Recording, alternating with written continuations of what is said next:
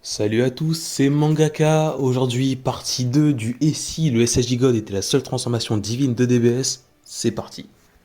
Partie 2 qui reprend donc à partir de l'arc Black Goku. Si vous n'avez pas vu la précédente partie, je vous invite à d'abord aller voir celle-ci. Parce qu'il y a certaines thématiques et certains écarts de puissance que j'expliquais là-bas que je ne réexpliquerai pas ici. Et également, je vous invite, bien entendu, à lâcher le petit pouce bleu et à vous abonner à la chaîne. C'est parti.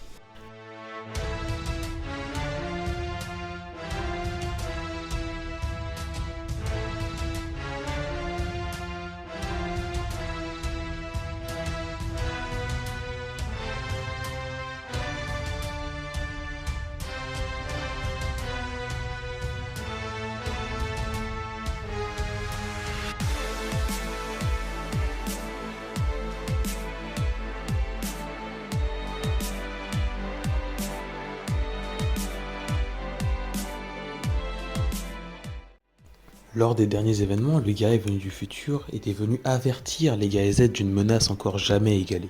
Bien entendu, pas de suspense, le fameux guerrier étant Trunks, Mirai Trunks. Celui-ci est revenu dans le passé prévenir de la présence d'un ennemi hautement plus puissant que Majin Buu, ou même Freezer.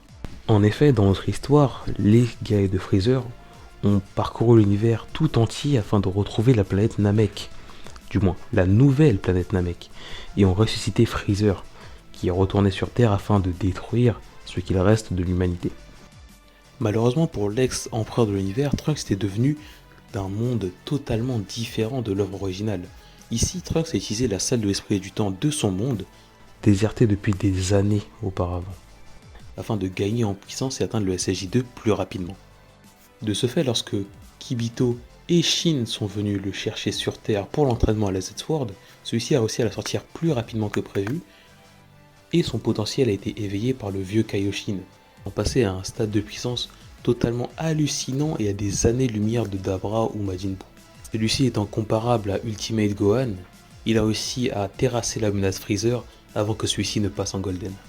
Mais la menace auquel il fait face actuellement est infiniment plus puissante que Freezer, ou même Majin Buu encore une fois. Et cette fameuse menace se fait appeler Black Goku. C'est un ennemi redoutable qui prend les traits de Son Goku alors que celui-ci est mort depuis des années dans l'univers de Trunks et sème la dévastation et la mort sur son passage. Trunks a tenté de l'affronter maintes et maintes fois sans aucun résultat concluant, à tel point que même Mirai Bulma a succombé des mains de Black Goku. Revenir dans le temps était donc sa dernière possibilité. Il les demande alors à Goku et Vegeta de l'aide afin de se débarrasser de Black. Mais avant toute chose, Vegeta souhaite tester son fils. Il lui demande alors de affronter en 1 contre 1 dans le ciel de Capsule Corporation afin de voir à quel point celui-ci est devenu puissant. Trunks accepte et passe alors en Super Saiyan 2 couplé avec son potentiel éveillé. À l'image de son épée qu'il garde constamment dans son dos, le fait de passer en Super Saiyan réconforte Trunks. Son épée et son stade de Super Saiyan sont deux choses qui lui permettent de rester confiant lors d'un affrontement. L'état de Super Saiyan, même si celui-ci ne lui sert à rien, lui rappelle pourquoi est-ce qu'il se bat. Lui rappelle également le sacrifice de Gohan et la mort de tous ses compagnons dans son monde futur. Son épée, quant à elle, lui rappelle de rester courageux et de se battre jusqu'à la mort. Et surtout de ne jamais laisser le temps à un adversaire de devenir plus fort, d'éliminer la menace sur le champ. Et Vegeta l'a senti, passer en Super Saiyan ou en Super Saiyan 2 n'augmente pas la puissance de Trunks. Et pourtant, celui-ci le fait quand même. Donc par respect, même si lui aussi n'en a plus besoin actuellement, Vegeta décide de passer en Super Saiyan 2. Et le père et le fils débutent la confrontation. Celle-ci se passe de façon similaire à l'affrontement entre Goku et Trunks dans le manga Dragon Ball Super. Les deux ont beau être en Super Saiyan, Trunks a un léger avantage sur son père. Mais Vegeta l'a senti également, Trunks n'utilise pas la totalité de sa puissance. Il lui crie alors d'utiliser toute sa puissance car c'est contre toute fierté Saiyan.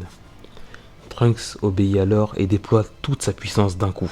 Vegeta le sent, il est totalement dépassé en termes de puissance pure. Il décide alors d'utiliser le nouveau pouvoir qu'il a acquis aux côtés de Beerus et Whis. Vegeta ferme les yeux, détend ses muscles, et d'un coup apparaît devant Trunks, lui portant un coup très puissant qu'il envoie valser. Trunks ne comprend pas, il s'arrête d'un coup dans le ciel, repart de plus belle, attaque son père, mais celui-ci n'était déjà plus à l'endroit à laquelle il l'a attaqué. Il lève les yeux, voir la silhouette de son père, mais raté, il est déjà en dessous. Trunks ne comprend plus, il le sait et il le sent, son ki est bien plus élevé que celui de son père. Alors comment ça se fait qu'il arrive à lui porter des coups aussi puissants sans que celui-ci n'arrive à le voir? Vegeta s'arrête un instant et dit à tout le monde: voici mon nouvel état. On appelle ça l'Ultra Instinct. Une technique divine d'une puissance totalement incomparable. Avec celle-ci, mon corps bouge de façon instinctive et absolument personne ne peut m'affronter et gagner un combat de puissance face à moi. En effet, pour combler l'écart de puissance, Vegeta s'est entraîné avec Whis et au lieu de développer inutilement le Super Saiyan Blue, s'est concentré davantage sur l'Ultra Instinct et sa maîtrise. Et contrairement à Goku qui maîtrise le Migate Omen type défense, Vegeta, lui, possède la version attaque. Ce qui signifie que pour la défense, Vegeta se base encore une fois sur son cerveau et ses réflexes, mais pour chaque attaque, celui-ci bouge instinctivement. C'est l'opposé complet de Goku du tournoi du pouvoir, qui lui permet virtuellement de vaincre un adversaire comme Golden Freezer qui en puissance brute est plus puissant que lui. Puisque sous cette forme, sa vitesse, son attaque et son intelligence de combat sont doublées voire quintuplées. Et à l'image de spoil manga, ok c'est bon, disais-je, à l'image de Goku dans l'arc Granola, celui-ci est capable de coupler sa forme d'Ultra Instinct avec ses formes de Super Saiyan. Et c'est pourquoi en Super Saiyan 2, Vegeta est totalement inatteignable pour Trunks, malgré que celui-ci ait éveillé son potentiel latent. Trunks décide donc d'abandonner le combat, comprenant qu'il n'a aucune chance d'affronter son père sous cette forme, ou du moins aucune chance de le vaincre. Goku est assez impressionné et dit que ce serait intéressant de pouvoir maîtriser cette technique sous son état de Super Saiyan divin. Après quelques jours de repos et d'entraînement, Goku, Trunks et Vegeta décident donc de retourner dans le futur afin de détruire la menace Black Goku. Arrivé face à l'adversaire, Vegeta décide de l'affronter mais Goku l'arrête, lui demandant de le laisser commencer le combat. Goku s'envole alors, va face à Black Goku et commence à discuter avec lui, lui demandant sa réelle identité et la raison de ses actes. Goku Black ne souhaite pas répondre et l'attaque directement, mais est bloqué d'un coup par Goku passé en Super Saiyajin divin. Black Goku est fou de rage que Goku soit devenu littéralement un dieu, alors que celui-ci n'est qu'un mortel à la base. Il passe alors en Super Saiyan, puis en Super Saiyan 2 pour affronter Goku, mais rien n'y fait. Goku bloque chacun de ses coups et lui demande de répondre à ses questions d'abord. Black Goku pète alors un plomb et dit que s'il n'est pas capable de détruire les humains en conservant la planète, il va alors la détruire tout entière. Il recule alors du combat, prépare un gigantesque Kikoa, mais est bloqué d'un coup par la technique de paralysie de Son Goku. Et celui-ci lui dit que s'il ne veut pas lui dire lui-même ses raisons et son identité, bien il n'aura qu'à chercher dans son esprit. Goku va alors et explore le passé de Zamasu, l'apprenti Kaioshin de l'univers 10. Et je vous refais pas le dessin, c'est exactement la même histoire que dans l'anime et le manga, on skip. Suite à ça, Goku comprend un peu mieux le personnage et décide de tenter de le convaincre que tous les mortels ne sont pas comme ceux de la planète qu'il a rencontrés.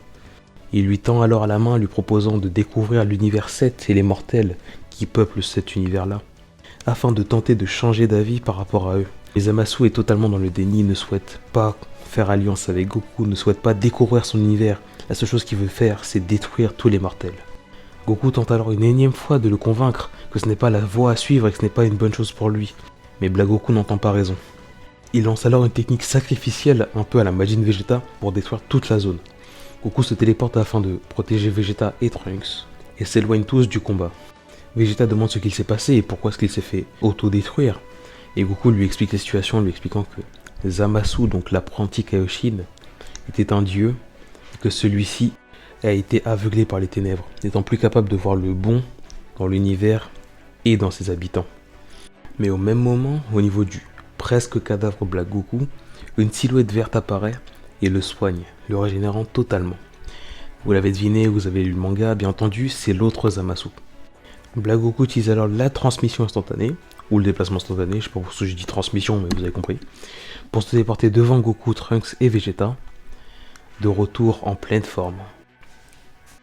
Trunks, bien décidé à les arrêter, fonce directement sur Zamasu afin de le transpercer, mais est bloqué d'un coup par la télékinésie de Black Goku. Il le propulse vers Vegeta, qui le rattrape, et ricane. « J'ai enfin développé toute la puissance de ce corps, dit-il. » Charge son ki et passe directement en Super Saiyajin rosé. « Le voici, dit-il, le corps parfait, la fusion entre un dieu et un Saiyan devenu dieu.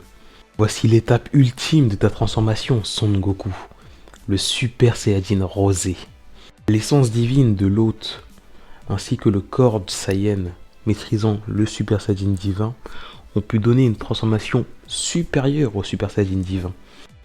En la présence du Super Saiyajin rosé, Goku comprend alors qu'il n'a plus le choix, il va devoir affronter Black Goku, car celui-ci ne décidera pas par lui-même d'arrêter ses actes. Mais quelque chose est bizarre, la Terre tremble, non, la galaxie, l'univers tout entier tremble sous la puissance du Super Saiyajin rosé. À l'image de Goku lors de son affrontement face à Beerus, Zamasu n'a pas encore acquis la technique d'annulation de puissance divine. Alors la technique d'annulation de puissance divine, c'est pas une technique en soi, mais en gros c'est expliqué lors du combat Beerus contre Goku SSJ God. De base, leurs coups sont suffisamment puissants pour détruire l'univers, mais en gros ils sont capables d'émettre une énergie équivalente à la puissance qu'ils mettent dans leurs coups pour annuler la puissance destructrice des coups. En gros, c'est un peu comme ce qui se passe avec le clash de Kamehameha et de canon Garrick de Vegeta à l'arc Saiyan. C'est-à-dire que Vegeta envoie un canon Garrick suffisamment puissant pour détruire la planète Terre, mais Goku contre avec un Kamehameha capable du coup de contrer la puissance du canon Garrick, et du coup la Terre n'est pas détruite.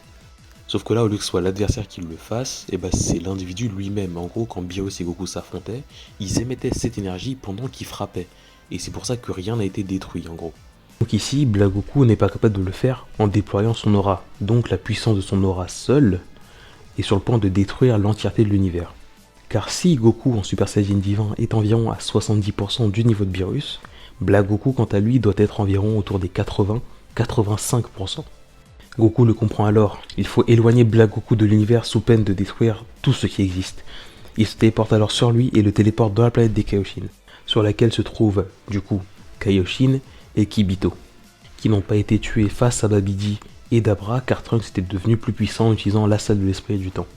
Les deux êtres divins sont sur le point de s'affronter sur la planète des Kaioshin, aux côtés du coup du Kaioshin et de son assistant, alors que Zamasu, Trunks et Vegeta eux sont restés sur Terre.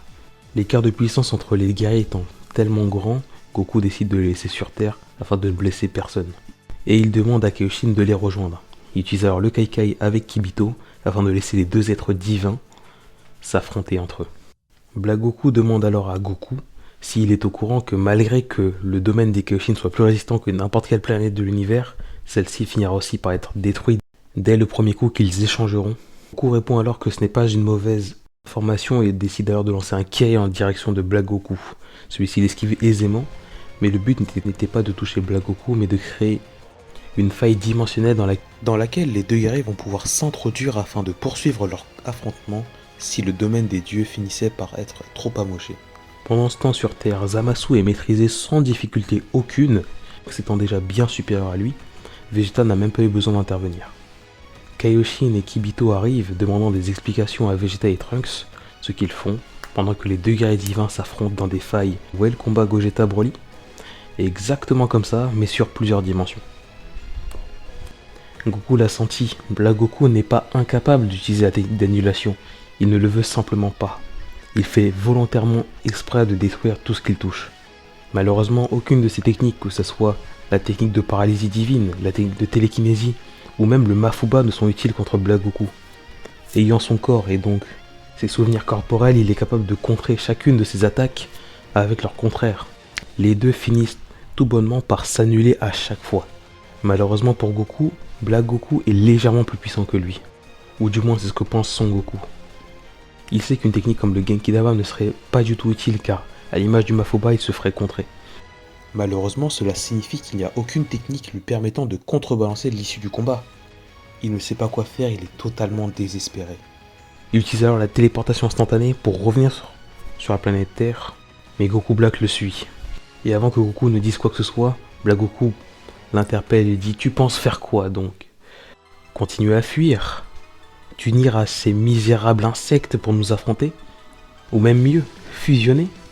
Goku est perplexe, parce que Black Goku avait dénommé la totalité des options qui lui restaient, ce qui signifie qu'aucune d'entre elles ne serait capable de le surprendre. Black Goku continue alors de fanfaronner, mais Vegeta en a totalement ras-le-bol.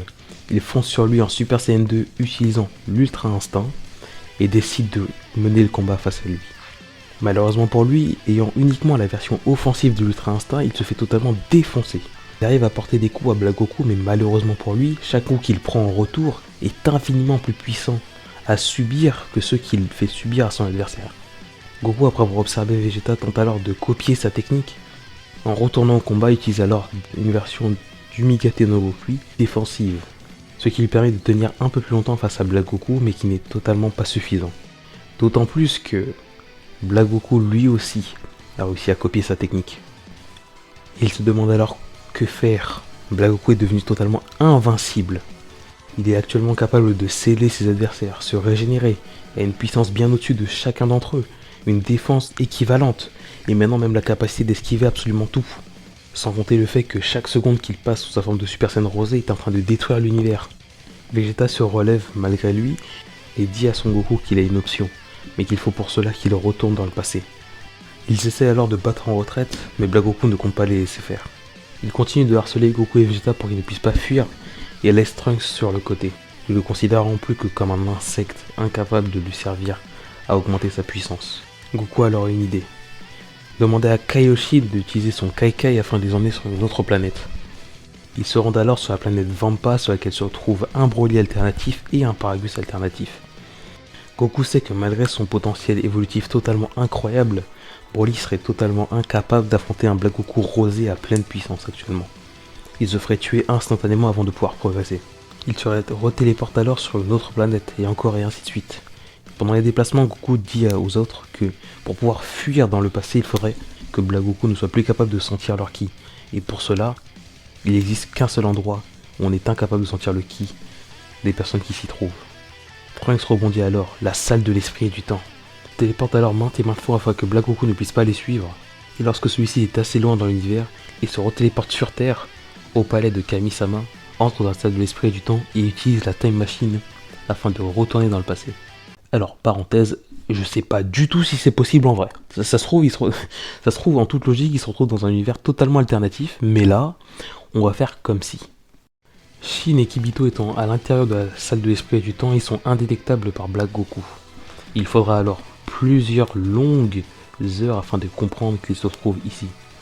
Malheureusement pour lui, plusieurs heures à l'extérieur équivalent à plusieurs mois à l'intérieur de la salle de l'esprit et du temps. Et lorsqu'il entre à l'intérieur, ce n'est pas un Super Saiyan divin qui l'attend, mais deux. Goku et Vegeta ont atteint le stade de Super Saiyan divin tous les deux et sont maintenant en mesure d'affronter Black Goku. En effet, bien que Goku avait proposé à Vegeta de retester le rituel de Super Saiyan divin après le tournoi de l'univers 6 et 7, ils ont essayé et ont malheureusement échoué, car un être ayant reçu le pouvoir divin grâce au rituel ne veut pas le confier à quelqu'un d'autre. Alors ça c'est une règle totalement inventée de ma part, mais c'est pour le scénario. Puisque Goku ne pouvait plus transférer son énergie pour faire le rituel, eh bien c'est Trunks, Mirai Trunks qui a pris sa place. Et ils ont profité du temps qu'ils avaient à l'intérieur de cette salle de l'esprit et du temps afin de pouvoir s'entraîner à maîtriser cette forme pour Vegeta et à maîtriser l'Ultra Instinct pour Son Goku.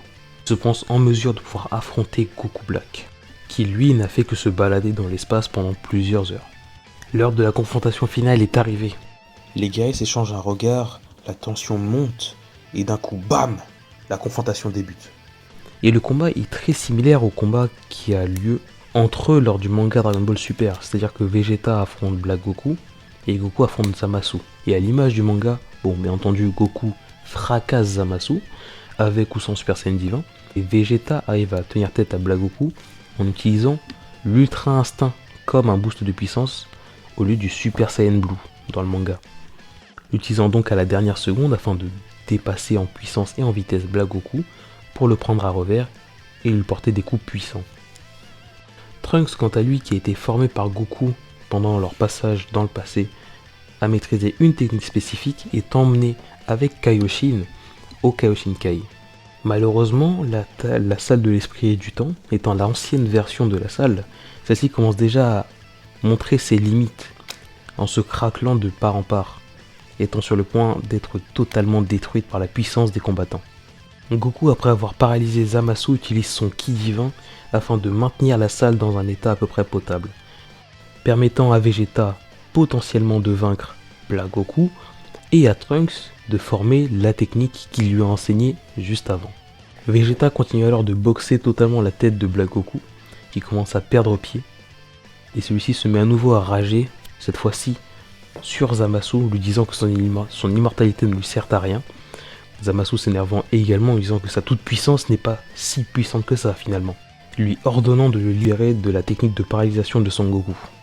Black Goku sourit alors, disant qu'il leur reste dernière option, et que par celle-ci ils seront enfin et définitivement un dieu immortel et absolu. Au même moment, Goku sent que c'est le bon moment. Il utilise alors son déplacement instantané, attrape Zamasu, Vegeta, et se téléporte sur la planète des Kaioshin. Black Goku le suit instinctivement, et au moment où celui-ci arrive, Goku lance un Taioken sur lui afin de l'éblouir, lance Zamasu sur lui et crie « Maintenant Trunks !» Pendant que les gars étaient en train de se battre dans la salle de l'esprit et du temps. Trunks avait été chargé par Goku et par Vegeta d'aller former un gigantesque Genki Dama, technique qu'il lui avait apprise auparavant bien entendu, en usant à la fois des êtres vivants restant dans son univers à lui, mais utilisant également la faille que Goku avait créée avant lors de son combat face à Black Goku, afin de pouvoir communiquer avec les autres réalités. Alors je sais, ça part un peu en cacahuète, mais je ne fais que reprendre des événements qu'on a un peu partout dans le lore de Dragon Ball.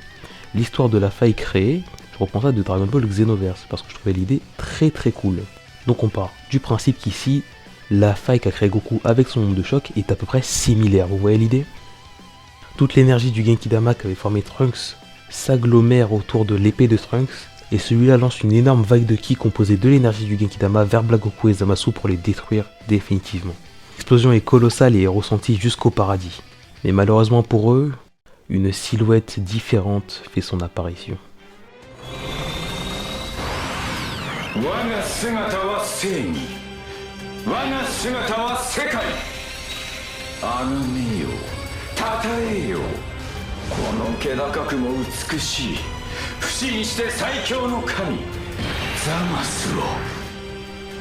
Zamasu et Black Goku avaient fusionné, donnant naissance à Gatai Zamasu, le dieu ultime. La puissance était tellement grande qu'elle était devenue totalement inquantifiable.